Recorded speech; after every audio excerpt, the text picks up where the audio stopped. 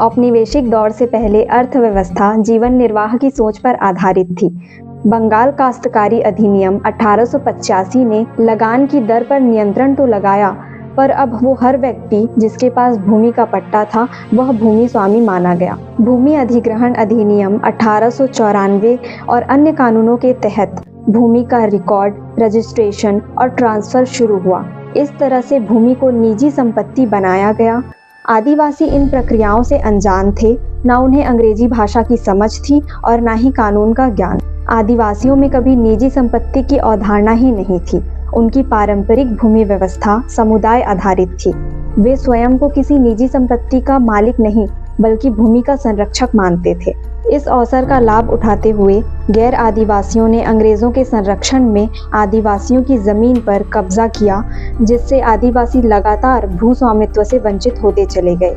इसका परिणाम यह हुआ कि आदिवासी आजीविका की तलाश में पलायन करने लगे, पर आज़ादी के बाद भी उन्हें विस्थापित किया गया और किया जा रहा है।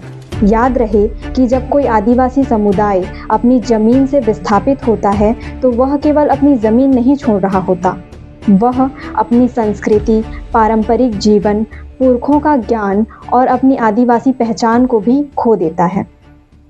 जोहार।